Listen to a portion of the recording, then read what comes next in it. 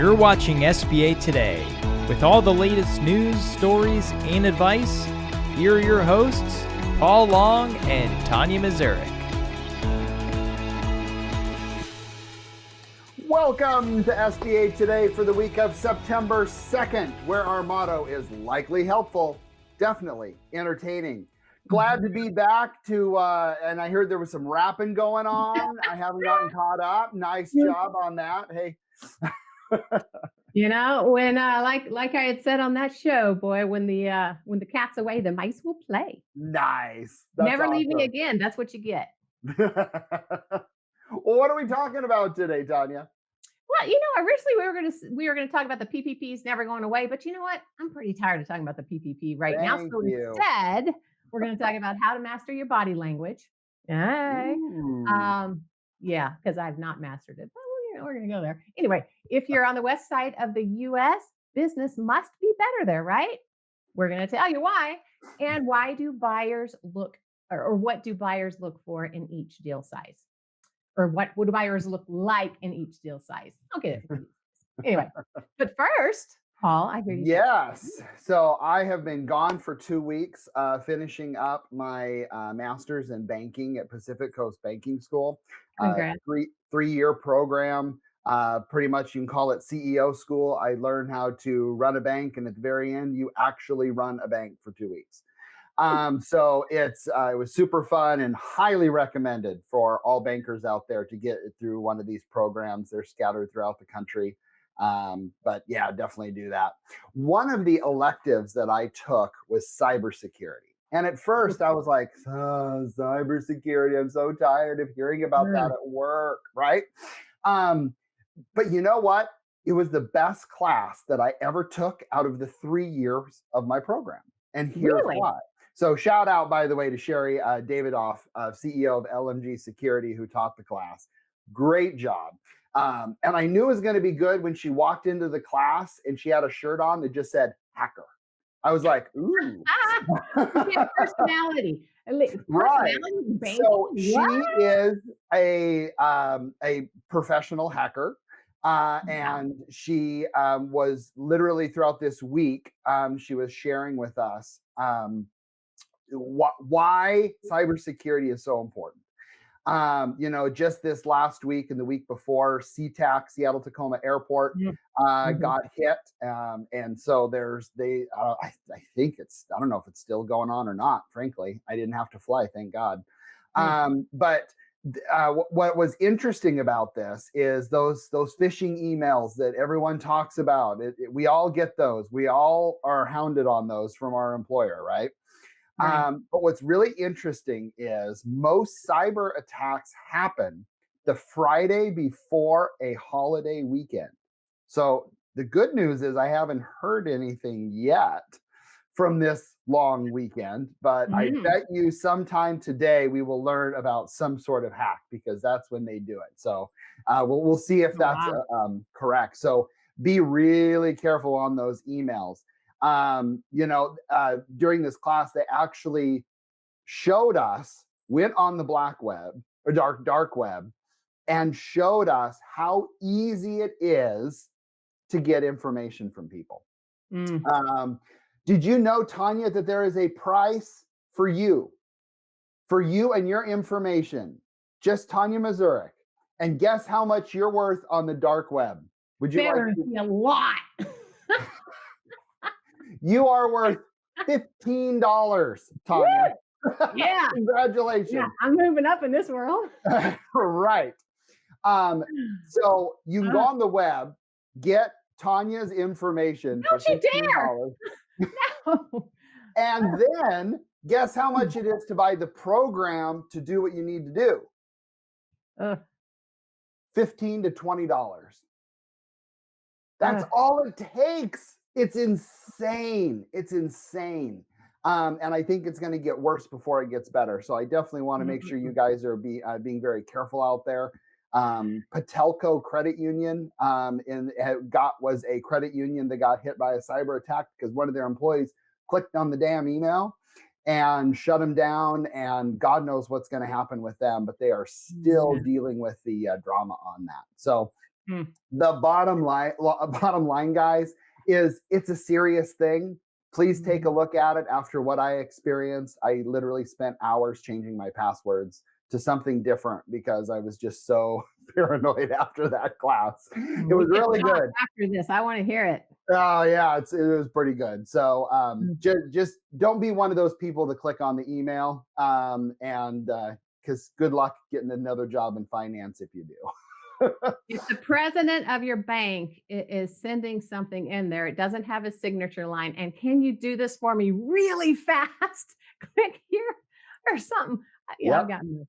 Anyway, don't do it. that's right. Don't do it. All right, Awesome. Tanya. Wow. Yes. Let me get this pulled up here because it's really interesting. We're going to talk about how to master your body language. And I'm going to do everything wrong and right to a degree. But Perfect. basically, what it's talking about is there's way more to communication than just your words. And on the personal side and the business side, guys, we all know this, right? Body language actually accounts for 55% of what you're trying to convey. Tone of voice is the other 38%. Only 7% are your words. So, yeah, I can get that.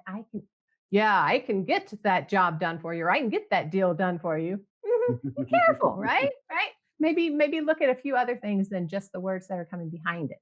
So let's go into it here. If you're on camera, okay, I'm gonna pull this up. If you're on camera, don't do this, which is what I sometimes have to do when I'm reading something, but don't Yeah. stare off screen or avoid eye contact, stare aggressively, right? Do make eye contact 2/3 of the time. Yeah. It's okay to look away as long as you get back to the camera, which is true. I mean, we all have to look away. Otherwise, it's like, anyway, don't want to do that. All right. Don't hide behind your hands, rest on your head, or be a floating head, down here kind of Oh thing. yeah, Yep. see, that's a Right. pet peeve of mine. Yeah. Ah, right. Do show your hands, frame your head and torso. So like have everything framed within the camera. So you do want to do that. Don't lean too far back or get too low and close or close and personal. Can can you see my pores? Anyway, don't do that. Do frame at eye level, sit at a comfortable distance or stand at a comfortable distance where it's eye level. And okay, the really fun one that I like is in person or on stage. Don't sway or run randomly or uncomfortably. I mean, you see that all the time, Yep. where they're So just, true. it's so, it drives me crazy. Don't pace back and forth like a caged animal. Do stand firmly, feet shoulder width apart, and move with purpose. So, if you've got something to say, move with it and say something with it, but don't just do it because you think that you got to move a little bit instead of standing still. Don't steeple your hands. All right, people, It's we're like going to Dr. talk Evil. today. Don't do that, right? Keep hands in your pockets at all times. I don't know that I can do that. Do stand tall, use expansive gestures to project authority. All right. Don't keep a poker face. Now, lordy, I can't do it. If I'm playing poker, I can keep a poker face, but that's the only time you should keep a poker face, guys. Otherwise, use natural expressions, which I think I got that one down pat. And don't clench your hands, or hold one hand with the other. I've seen that a lot. Drives me absolutely batty. Do use open gestures to explain what you're saying. I've also seen people sometimes where they only use one hand and then it's coming into the screen. And I'm like, what are they doing? It drives me nuts. Okay. Don't repeat the same gesture. Oh, there it is. Don't repeat the same gestures. Point fingers, which can be perceived as aggressive because you did it, Paul. You did it.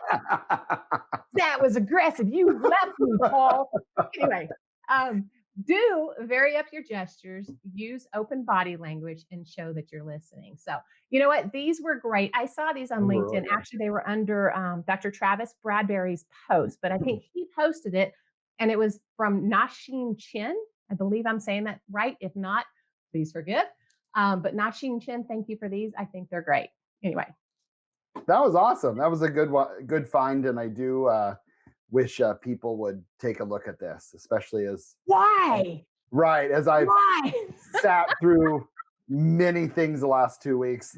Yes, there was a lot of violations here. Well, I don't think you and I have any issue with, I think, the expressions, though. I think Right. I mean, everyone wants to play poker with me. oh, that's awesome. Anyway, Well, hey, coming to our next one here, business formations predicted to increase in Western states. And this was from Delaney Sexton at the Coleman Report.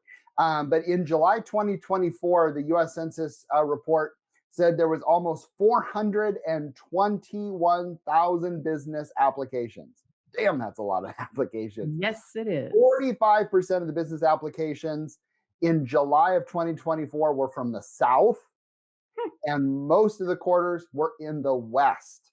So the bottom line is, if you are on the West, which by the way is defined as like Washington, Oregon, California, Arizona, Utah, and even Alaska and Hawaii are considered in that.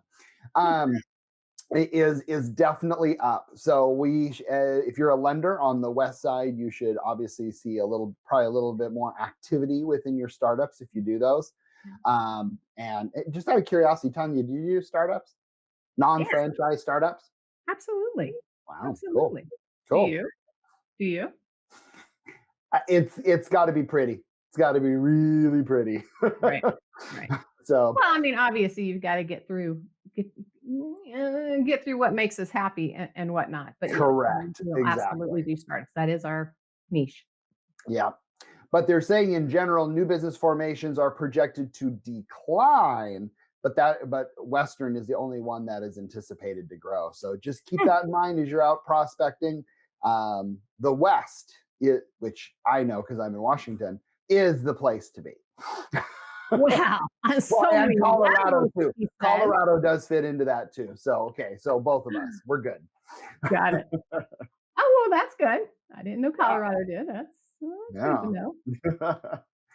Let's see here. Well, the next one, I think I'm going to pull this up a little bit bigger here so I can see it, is what do buyers look like by deal size? And I think I found this one really interesting. It actually was shared to us or with us. We found from Ryan at Washington Business Brokers.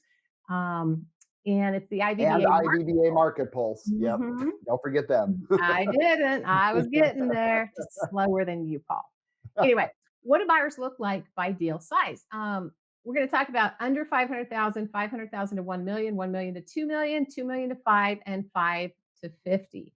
It was interesting to me to read this actually, because, and I'm going to kind of go section by section, but across the board, because I think that's how it needs to be. So the first item that they're looking at is the first time buyer. Yeah, there's other things too, but I'm going to just focus on first time buyer. First time buyer in under 500,000 is 41%. Serial entrepreneur. Now that comes into handy is the 500,000 to 1 million. The serial entrepreneur kind of tops the list at 36%. Goes back to first time buyer at 43% for 1 million to 2 million, 2 million to 5, serial entrepreneur again, which is interesting to me, 38%. Mm-hmm. And then check this out, at 5 million to 50 million, it goes to the PE firms seeking add-ons at 33%.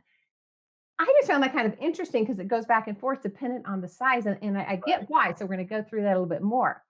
Motivated to buy a job. All right, this one's a biggie. Motivated to buy a job in the under 500,000 is 44%. Well, that makes sense. Look at what typically are buying, right?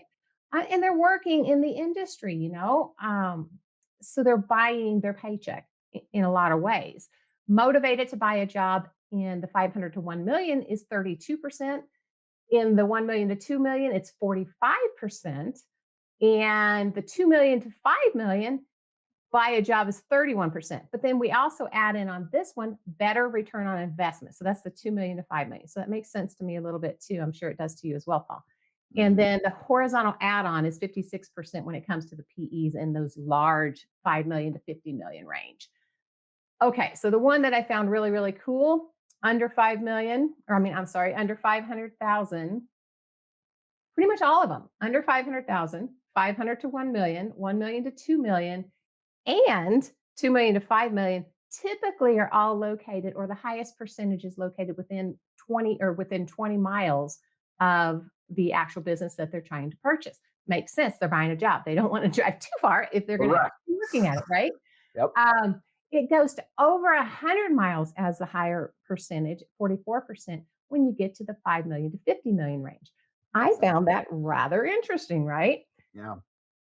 If your business is worth 5 million or more, your buyer will be further afield. And so how that kind of comes into play with brokers is, if they're on the smaller amounts and whatever, you might want to be finding a broker or a firm, right, that has a great local presence. Otherwise, some of those bigger deals, you're going to be looking for a strong national or international presence.